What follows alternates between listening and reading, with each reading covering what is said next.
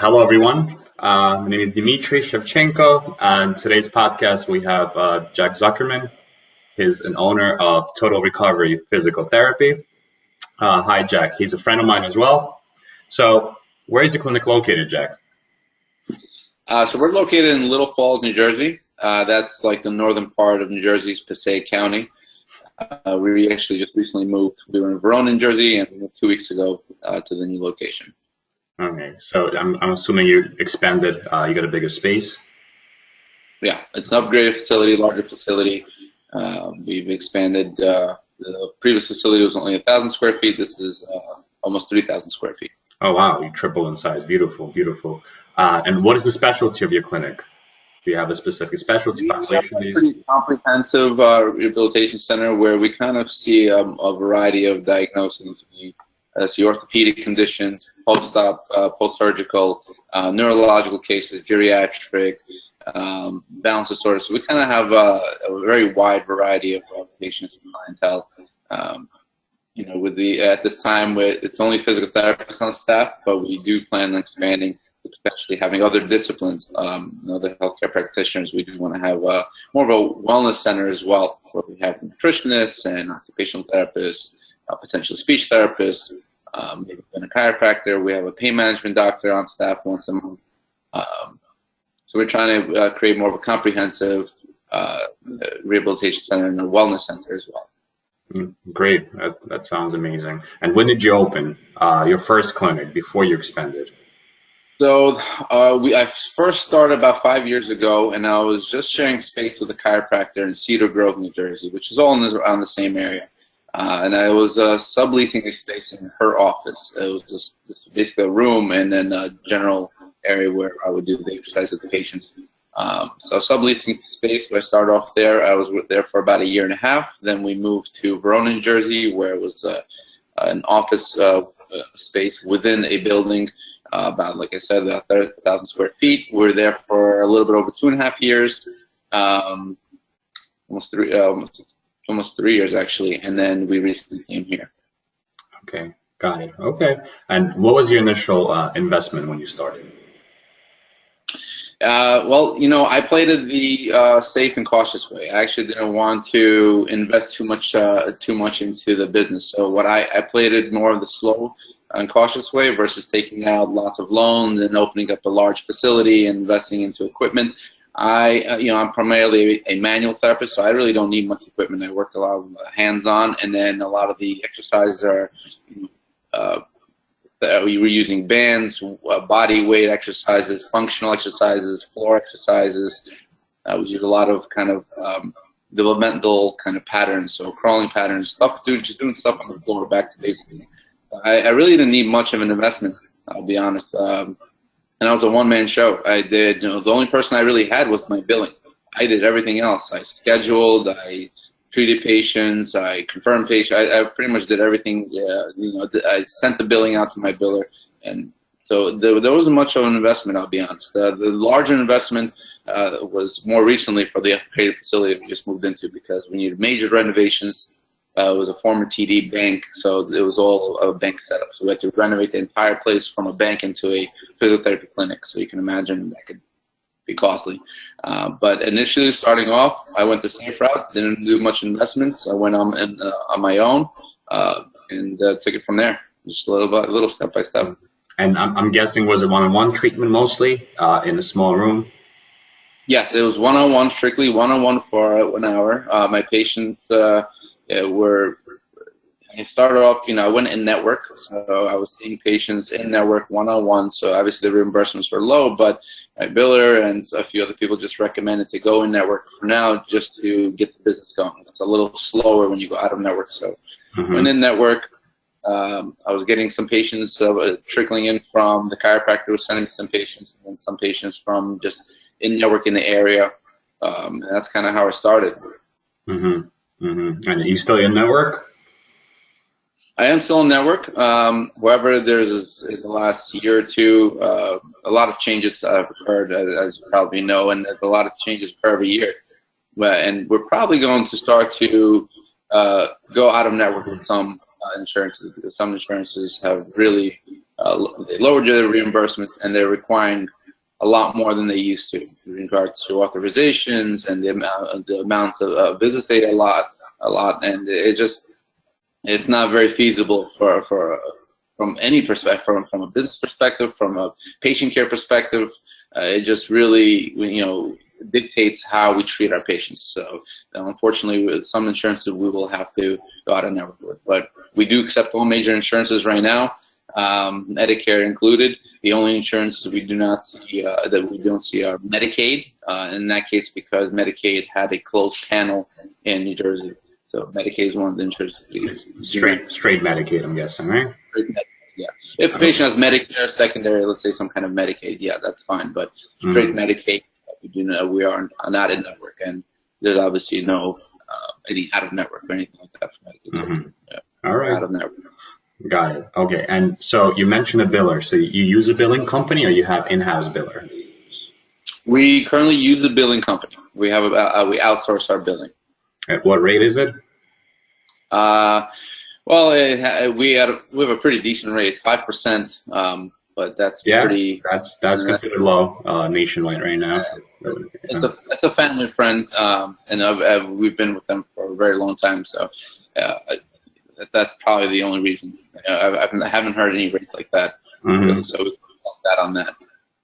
Yeah, makes sense. I mean, 5% is low. That's definitely a good rate. And what is your best referral source? Is it doctors? Is it internet? Is it word of mouth? The type of source? I would say the best one. We do a little marketing. We do marketing with doctor.com. It's a online. It's kind of like online presence and reviews. So they do all our online and presence and reviews. It's not necessarily search engine optimization, but it kind of turns out to be. The more exposure we get online kind of helps our search engine optimization. So I'd say that's a big one. Reviews. A lot of patient referrals, and just being on the internet, people searching out physical therapy. And insurance companies too is a pretty big one because we are a network. Most places where I work are out of network, so a lot of patients do not want to go out of network. They don't understand out of network how it works, and they just associate out of network with large payments, and they don't want that, so they just stick with the network. So we do stand out like that, and to a lesser extent, we do have a few physicians that send us patients. But I'll be honest, these physicians are they're the higher quality physicians because they're looking for a place where the patients are going to get quality physical therapy versus you go to an area where you go to a physical therapy place where it's more of a mill and it's more about quantity versus quality. So, and it's hard to get physician referrals because there's so many PT places out there. It's hard for a physician to refer you directly unless they know your work and they've gotten good feedback. Otherwise, it's tough. We found that's one of the challenges we have. But the biggest one I would say would be internet, word of mouth, and then obviously because we're in network insurance. That's something that patients look for. And so if you want to put it in percentages, what percentage would be physician referral and what percentage would be something else, meaning word of mouth or internet? I would say physician referral, probably maybe only 10%. I would say insurance is probably a good maybe 40%, and then 50% would be internet reviews, word of mouth, kind of like. When you say insurances, when patients call insurances, and insurances tell them which PT provider. Right? Yeah, they ask based on their zip code. Hey, I'm looking for a physical therapy place in the zip code. In network. Where it will give me a list of places, and they will give them a list. And not a lot of places come up because a lot of places are out of network. And the places that do come up, I think they bounce off the reviews online. They look at the places, they review them, and then they take it from there. Very interesting. Okay. And how much do you spend on marketing a month? Do you have a number, approximate number? We're pretty conservative on the marketing right now because again we find that word of mouth and just being for the presence on the internet. So I would say it's more of an annual thing, but I would say no more than $6,000 to $8,000 a year on marketing. I would say right now about $500 a month. You would say, right? I would say about that, yeah, roughly. Yeah, that's very low, very good. Okay. Yeah, so we try to keep that for now, and then again, Part of that is because we were in a small clinic, so we didn't really need to do that. We, right now that we moved to a larger facility, so we do need to pick up the volume. So marketing will probably go up, just with everything else. All the bills go up. Yeah. Overhead, of course, marketing will probably go up, and this is only our second week of the new clinic. So I'm assuming, probably within the next couple of months, I have ideas for things that, marketing ideas, and then that's just going to obviously entail in increasing our overhead. And how many people work for you? I have two. I have a physical therapist, I have a physical therapy assistant, and I have two aides / an aide kind of secretary front desk. Okay. And also full-time receptionist. All full-time, or some therapists are part-time? No, I wouldn't say they're all full-time. I would say, well, one of my secretaries, she's full-time, and then my physical therapist, he's part-time, and then my physical therapy assistant is part-time. Got it. Okay. And then I fill in the gaps. All right, makes sense. And so, how many hours a week you would say you work? Me personally, I probably hands-on treatment where I'm treating patients. I'd say an average 30 to 35 hours a week. So 30, some weeks more if I'm covering extra hours, but about 30, 35 just hands-on, and then the rest of the time I take off for admin. And how much time do you spend on marketing, documentation, and management, would you say?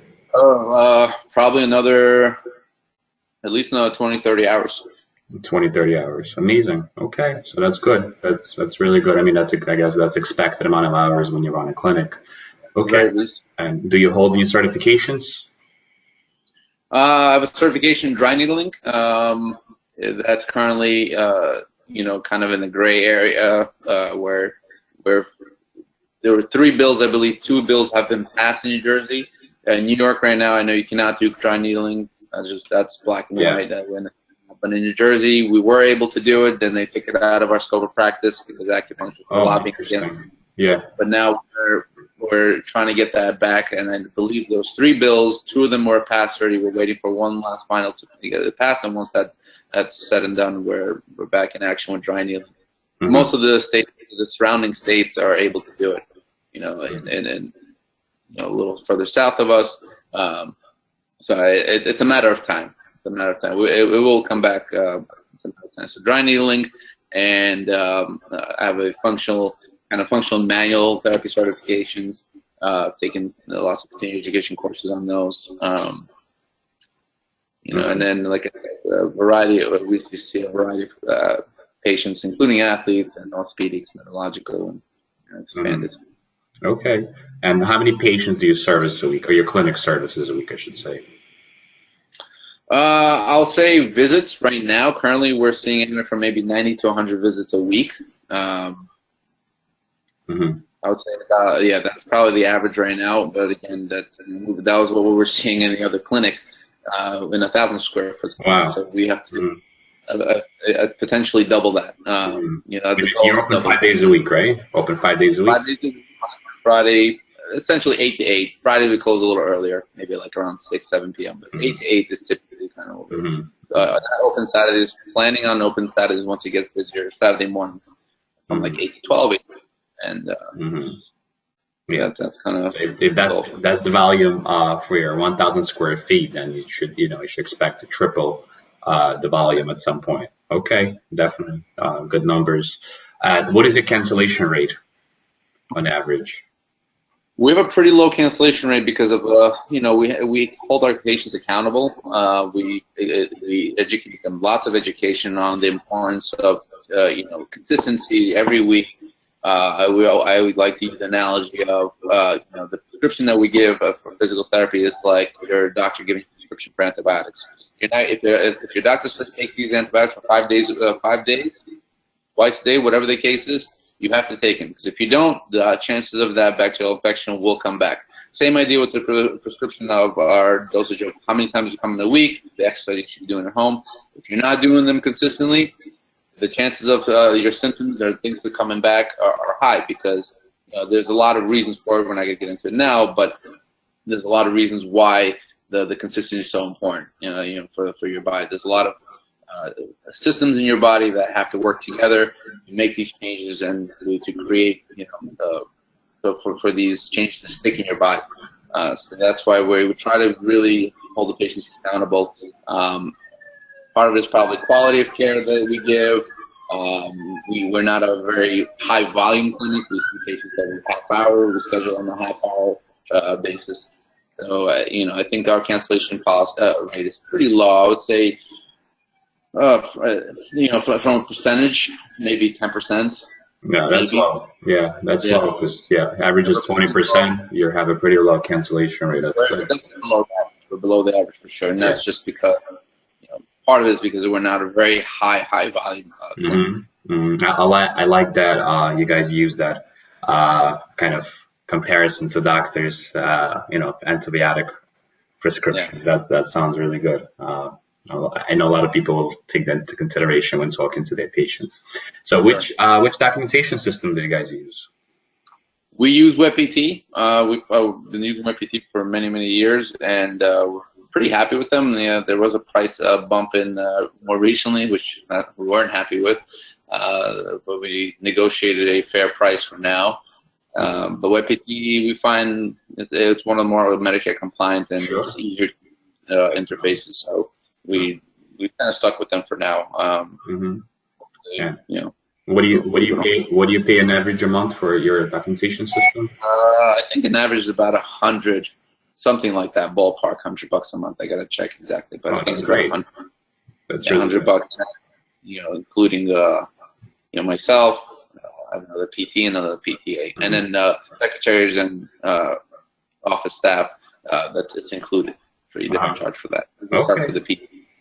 Okay. And what is the most important report that you guys run in the clinic? What do you mean? Like a report, maybe cancellation report, patient referrals, visits a month. Do you run these reports for your clinic on a monthly basis? Yeah, we do. We have WebPT. I know but which one do you find the most useful for you? The one that's most important? We run obviously, missed notes reports. We run, authorization reports. We run, I think, authorization because almost every. That's the one you can't live without, right? I'm guessing, right? That's the one. If you were to say the one you can't live without, that would be it. Yeah, insurance companies. Almost every insurance company now is requiring authorization. So I would say that's probably one of the more important ones to make sure that you're not missing any authorization. And some of them are really, really tricky. How they approve visits. They don't approve visits. With the CPT codes, right? Instead of visits, the CPT codes, I think Aetna does that. Aetna now has a third-party NIA. It's a third-party company that does all the verification, all their authorizations, and they approve units, and then very specific units, very specific codes that they approve, and it's very limited. It's really something that I know most therapists, most practice owners are not happy with. Definitely not happy.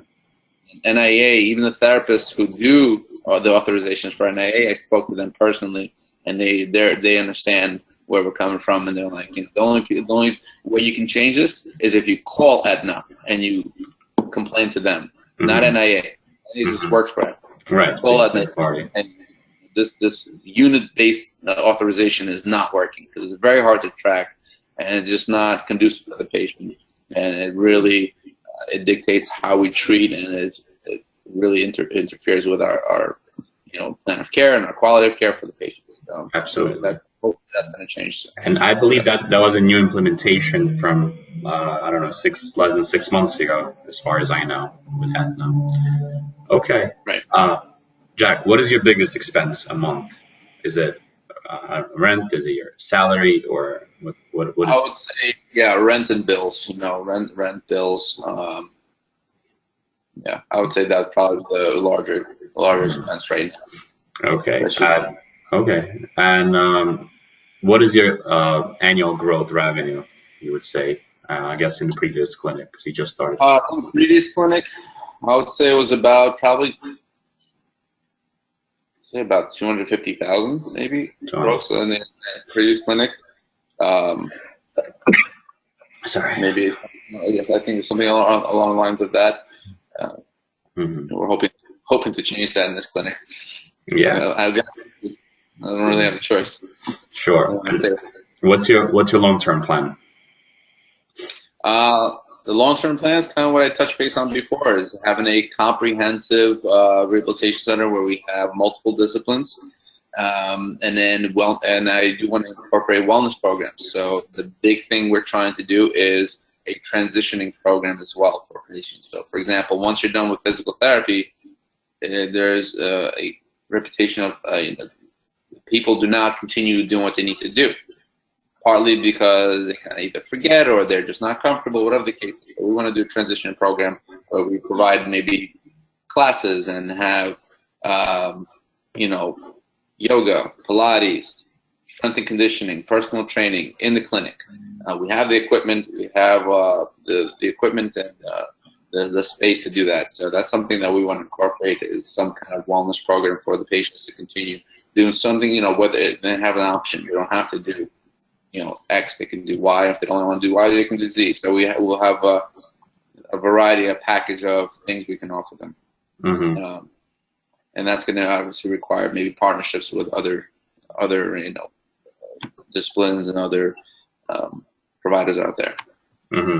Okay, that sounds like a good plan. So Jack, and so are you married? Are you single? What's your status?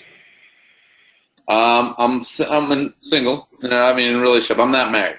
I'm in a relationship. Any kids? No kids. No not kids. Yet. Okay, good. All right, All right, so yeah, Jack, thank you for your time. Jack has a great website. If you're interested, could check it out. Total Recovery Physical Therapy. TotalRecoveryPT.com. Thank you for your time. Great interview. Great answers. Love your concept. And speak to you soon. Thank you very much. Thank you. Thank you for having me.